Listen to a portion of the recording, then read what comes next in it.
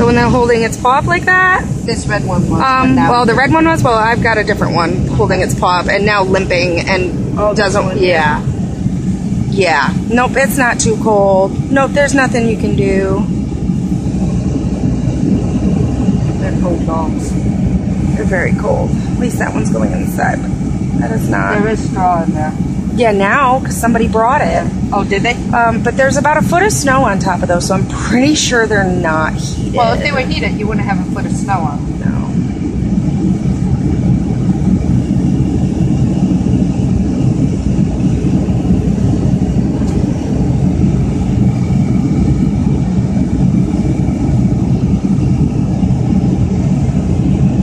Yeah, it looks like a...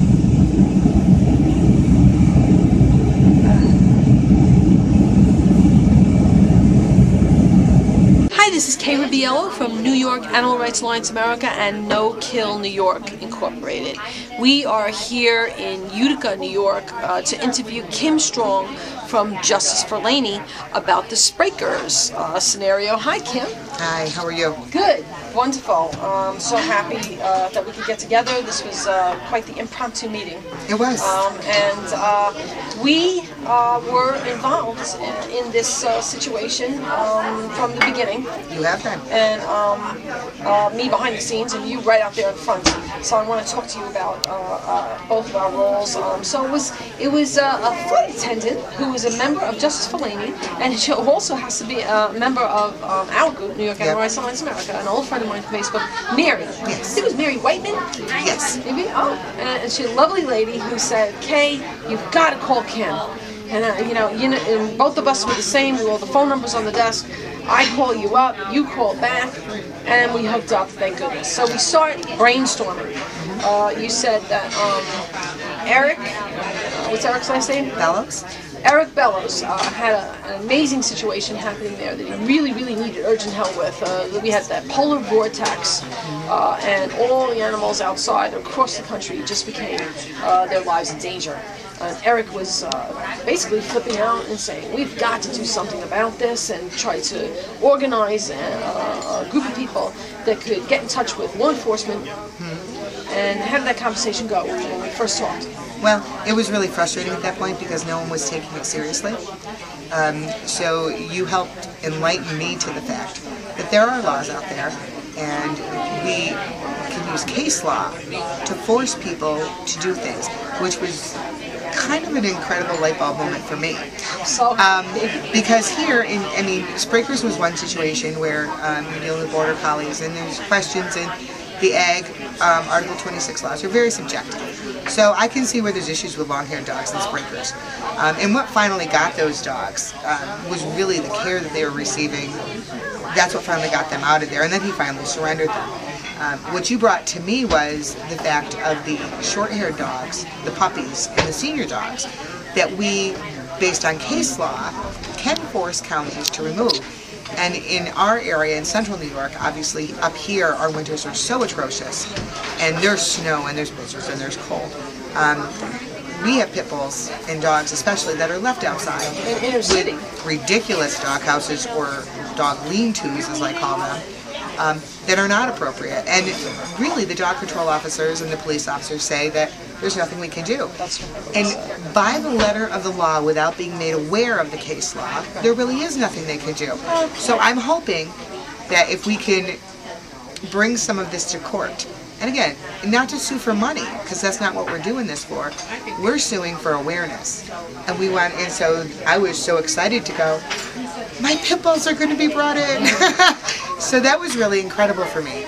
The first thing that we talked about, like I was telling you, No Kill New York, New York Animal Rights Alliance America, our tour de force is the lawsuits against the government for not doing their job, such as law enforcement not enforcing the law.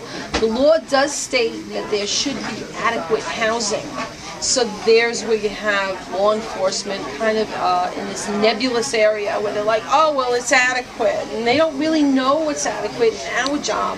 And we're just going to go out there. So we are going to educate law enforcement agencies as to what the job, as to what the law states, the case law states, as we stated, that that the doghouse does have to be up on a pallet, that the doghouse must be insulated, It must be big enough for them to turn around. There must be a flap on this doghouse, and that is for dogs that have that long hair, that are healthy, and that under 40 degrees, no short-haired dog, no toy breed, no senior, no dog that is sick in any way whatsoever, and no puppies even under 6 months could be out in any doghouse under 40 degrees. So, based on the case law, and you know where I learned that many years ago was from a phone call to the Humane Society. So I do have to credit them that it was an attorney with the Humane Society who did educate me on that finer point. So I have been able all these years to go into the backyards of people and say, no, sir, or ma'am, sheriff, police officer, that is not legal. And I've been able to just grapple with them and get them to get dogs inside or get them away from people. This was a huge situation, though. This was a breeder.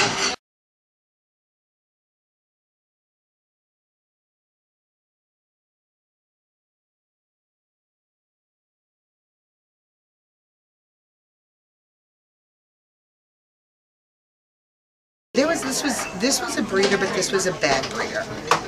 We're really, in our group, trying to focus on the fact that he's a breeder, but there's differences in breeders. And while we don't want this to turn into a breeder fight versus the rescuer fight, we really want this to be, there's breeders and there's good breeders. Well, we want to stay focused. I mean, in our group, of course, since we're an animal rights group, we don't believe that there is such thing as responsible breeding. Just because we want to spay neuter, that we have animals dying in the shelter. But the concentrated issue here that we needed to concentrate on, because that was a side issue to really what was going on. What was going on is these dogs were going to die that night. Yeah, it could be. So we had to mobilize and get everyone in place, and so we talked about a lawsuit. Yes, we did. And based on what you had told me and what you had explained to me, that you would be able to charge the police with not, and correct me here, not enforcing the law. Not enforcing the law. It's obviously animal cruelty. You would hope that law enforcement could at least use their minds to see that the dog is suffering, is freezing. It's poor, like the photos. I have to give some credit. Who took those photos? They were wonderful. Kara Messina, she's a young girl, a small photographer, and she had used her zoom lenses to get a lot of those photos. And that was fantastic. And that was wonderful photos, because those photos will hit home to law enforcement agent, also to a veterinarian. So, but see, that's the thing. They didn't bring a vet in until Friday night. And when they brought a vet in, it was at 6 o'clock at night with flashlights. Okay, so we started calling on Wednesday. Okay, we started making our phone calls because our plea was, we don't want to shut down state police barracks. We don't want to shut down 911 lines. We want to shut down a district attorney's phone line, because he has the power to order that a vet go in. So even if the state police are unclear about it, the district attorney has the power to say, get a vet in there and tell me what I'm really looking at. And the vet, or the DA in Montgomery County, chose not to do that. He was telling everybody... What was his name? I don't know now off the top of my head. But you can find out, I'm sure. What was the vet's name? I know we have these names on our pages. We have them. We'll let me tell you, she was set up by the state police. I met this woman. I spoke with this woman for almost 2 hours. We actually offered to go out and protect her because she was getting threats of violence because of what she said. But what she said, they twisted. And in her final report, it was that these animals needed to be removed. But they picked her because she was a small vet. She's been in the area for about 6 years. She is a bleeding heart for these animals. She does great things in her own vet. But what they did was they took her in there and said, do they have food and water, or are they okay? With a flashlight on a Friday night.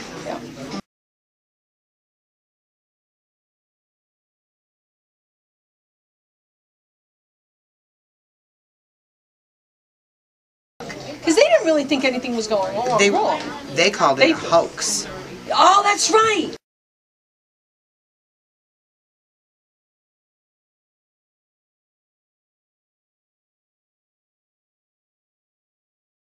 They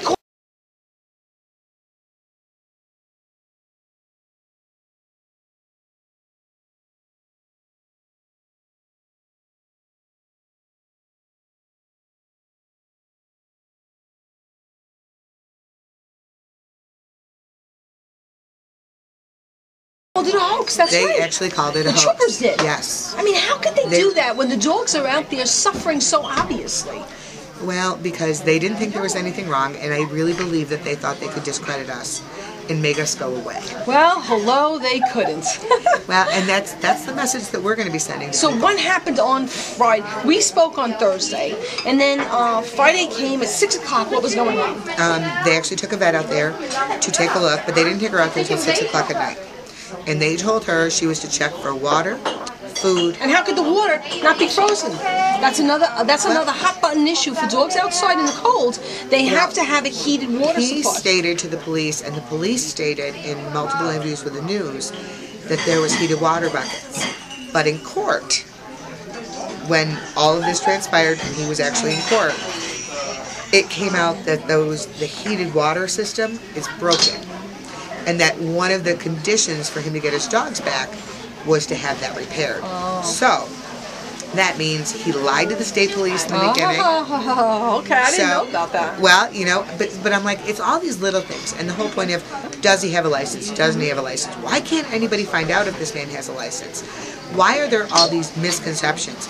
We went to the town of Sprakers town board meeting. And Okay, let's jump into Wednesday. Let's stay okay, with. right. So Friday night, I think the dogs were out there that night. Oh, the dogs were out there every night until Tuesday. Okay, no dogs were taken out Friday night. No. They were out all day Saturday. This Friday, is all Saturday, freezing Sunday. temperatures. Yes. Every single day. Saturday night they were out there. And Sunday. Then Sunday. I mean, there were also rumors that dogs died on the property. But, the rumors, the woman, they proved that The woman neighbor? that posted it was not a neighbor. She was from Queens. Who was that? It was some woman from Queens when Do you remember they her name located or her. anything? I don't have it. Eric, it's on Eric's page. Oh. When the IP, they traced the IP address. Oh, it wasn't wow. in the town. Somebody traced the IP address? Oh, brother. Yes.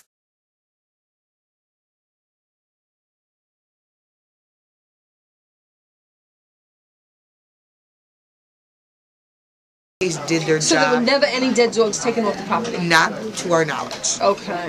All right, because it's very hard to believe that dogs did not perish in this freezing cold. It is 0 degrees with no insulation. They're just out there in 0 degrees. Dogs, you would think that they would have had some fatalities.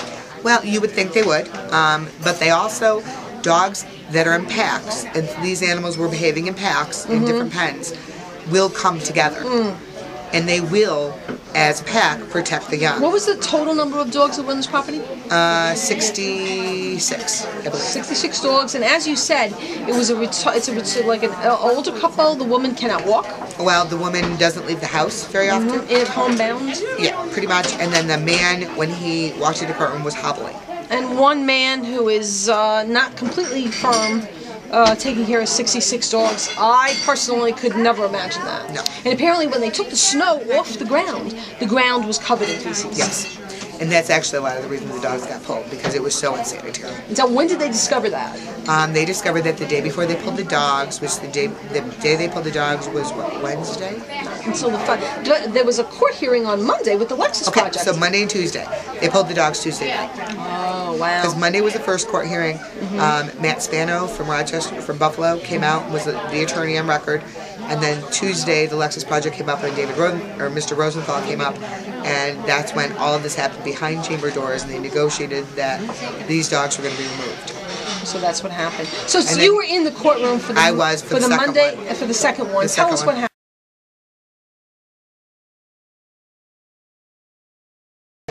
And then everybody went back into chambers, and we're discussing whatever they were discussing back there. That was a closed process. So, but what they came out saying, the people who had the pictures of the dog feces were taken back and like show us what's going on. When they came out, which was about 2 hours later, they stated that he was going to surrender the dogs until January 21st. Doghouses were going to be built by a neighbor. Insulated doghouse was being built and donated by a neighbor. He was in courtroom. He helped the man speak. And what was his name? Do you remember? Brian was his. Okay. That was the only part we got. His name was Brian. Yay for Brian. Yeah, yay for Brian. And that he was going to be on the 21st. 3 days before, they're going to have a telephone conference with the lawyers to make sure of how things are going. And then the 21st, when everybody comes back to court, he'll be either getting his dogs back or not. I'm a little upset. I mean, I thought I heard that he was not going to get the dogs back based on all the charges, but now we're hearing that he might get the dogs back if he comes surrender up to snuff. 31 dogs. So 31 dogs he's not getting back. He's not getting back. And rescues are absorbing them. Yes. Glen Highland Rescue and the SPCA in Montgomery County are the ones that took the dogs. Okay. Okay. All right. And Glen Highland's a Border Collie Rescue. I see. Wonderful. Okay, so there we are with that, and then Montgomery County SPCA assumed all legal and medical liability for these dogs until the 21st. Are you comfortable with that? I am comfortable with that. Yes. Will you keep a good eye on that for us? And yes, we want to follow it up. We don't want these animals to be put down. Oh no, none of the animals can be put down at this point in time because they're under a court case. Okay, now did the veterinarian, this is what we heard, made a complete turnaround also as to the veterinarian the condition of the dogs? Had never been on a seizure before. She has never been in an animal cruelty case before. Okay. So she's still a veterinarian. But she was concerned, and she stated that according to a 2003 law on the books, that every animal has different needs for shelter. Just like I was saying. Yep. So every animal has different needs for shelter, and that each animal should have been assessed individually, which she was not given the time or opportunity to do. So that's when she made her initial statement, is that none of the dogs were limping, none of the dogs appeared to have frostbite with what she could see in 10 minutes at 6 o'clock at night with a flashlight. Unreal. But again, so she was set up. She was set up she was put in a situation that was impossible. She is not the type of person that's going to disconnect from authority and going to say, wait a minute, you know what? No. She was taken out there on the premise that she was going to help dogs. That's what she was told. We need you to go take an assessment of these dogs and see how they're And what date was that again? That was Friday night at 6 o'clock. Okay. She turned a report in on Monday. So it was in time for the court hearing. Yep. And then they wanted to review the report Monday to Tuesday, and that's when things started changing on Tuesday. So, but she was afraid the dogs were going to be euthanized if they were pulled. Wow. She's like, these are outdoor dogs. They've been outdoors their whole lives. If you take them and very put them skittish too. We're dealing with the breeder dogs. A lot of times they don't have any human contact. None. And so she if you take these dogs, put them into a shelter, put them into a kennel, they're not going to be as optimal. They're going to be euthanized. She was very afraid of that. So that was what a lot of her report was based on. But again, had the state police wanted to do their job, they would have had the SPCA come in, who could do a proper assessment and say, yeah, they're skittish, they're whatever, but we're going to have a rescue work with them. We're going to work with them. But that's not what they wanted to do. They wanted someone who's going to tell them what they wanted to hear, which is why you take somebody out at 6 o'clock on a Friday night. Yes. So, as a conclusion, where are all the dogs now? We have 31 dogs that were dispersed into those 3 entities that you described. What dogs were they able to keep? The Lhasa Apsos. Those little Shih Tzus. They were so adorable, and they were so ungroomed. It was horrible. And the puppies. Little baby puppies. How many were there? Well, they kept every dog that they could keep inside until the doghouses were built. That's what it was based on. How many? Do you have any idea? 19 roughly was what I was told. 19. So that's so now we're up to like 50. What happened to the? So maybe there's like 16 more. What happened? They did do another surrender, I guess, at some point this week, and I don't know which day that was. So there were more dogs that were going to be surrendered. So was Eric in the courtroom? Yes, Eric was in the courtroom. He was, and he was very happy that the dogs were being taken care of. In fact, that's so awesome for the Eric. lawsuit that Lexus originally started with Eric suing, and now it's and now it's the SPCA in Montgomery County. It was all transferred over to them suing. Oh, okay. All right, they're in charge of the court case. It was all. Oh, is that right? Yeah. Oh, that's awesome. So, yeah, Eric got what he needed. Eric got what he wanted. Yeah, and he's very pleased. We're all stoked for Eric. Yes, it's a for it to get into court in 6 days. And truly, again, through the power of Facebook, through social media, all of us animal activists. I know my group was up in arms completely. We had No Kill Coalition with like 40,000 people. We had our 9,000 people in New York Animal Rights Alliance America making those calls, flooding the phone lines to the troopers, to anybody that they could call. Get those dogs out of there! Hysterical, crying, tears. We were suffering right along with those dogs. So what they have been through, and so what I have tried to say to people is this is a microcosm of what we're dealing, not only just in New York State, but all over the country. All the reports that we're getting in of everyone that's keeping the dogs outside. But we really have some enlightenment here and some movement that we can take this case as a harbinger, as a precedent-setting case. No, you can't. This is as clear as a bell. You cannot keep these dogs out in these conditions. Well, I think it's a precedent-setting case on a lot of fronts.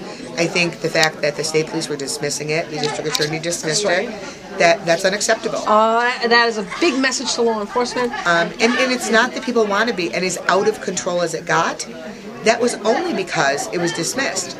You know, before the police were dismissing him, people were just making the call saying, can you please investigate this? They thought that they would just go there and remove the dogs. Can you please investigate this properly? Yeah. You know, so the message is law enforcement throwing their hands up going, well, it's the egg and market laws, there's nothing we can do, is no longer acceptable. Done.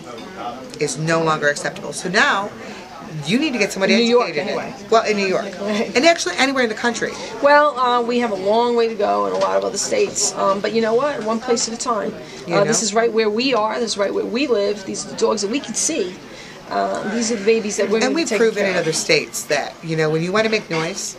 Yep, that's right. You know, this is the difference now with social media, is that before the news controlled what got told. That's right. Now, we make the news. We put out what we call, as an activist, an action alert.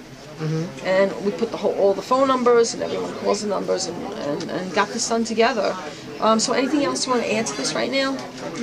Right now, I will be waiting to see how many dogs he gets back come January 21st.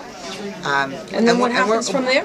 Well, yeah, and we're also going to be letting them know that, you know, while there are people who are defending him, and there are people who want him to keep his business going. Yeah, a Facebook page came up defending the breeders. And you know what? And again, I can deal with breeders. That's the outside issue. I mean, it does bring to, you know, it just so happens that at the same time, Cuomo just passed the law that every municipality in the state can now decide whether they even want a pet store in their town. So that happening right at the same time as Sprakers, maybe that had something to do with Cuomo signing that right now. It very well might have been. I mean, the deadline was there, but he had to make a decision.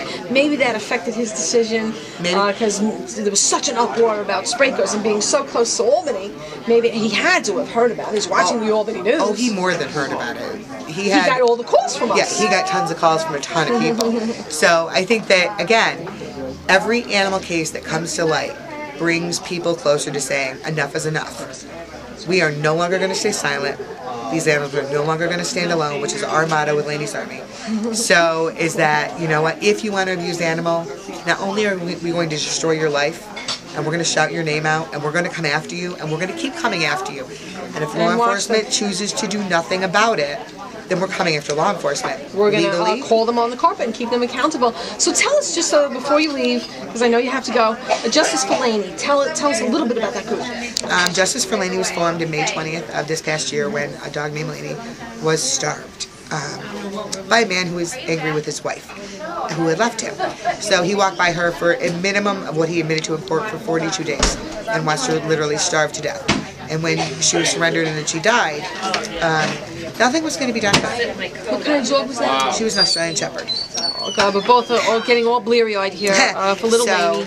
We decided, when I held that little dog in my arms on Saturday, and I'm like, he cannot get away with this. Ian West, the man accused of this crime, the man who pled guilty to this crime, cannot get away with this. So I called out to my 300 Facebook friends and I said, I need your help, guys. I need you to blow up a story. I need letters to go to the DA. And that's where we've learned when you want something done,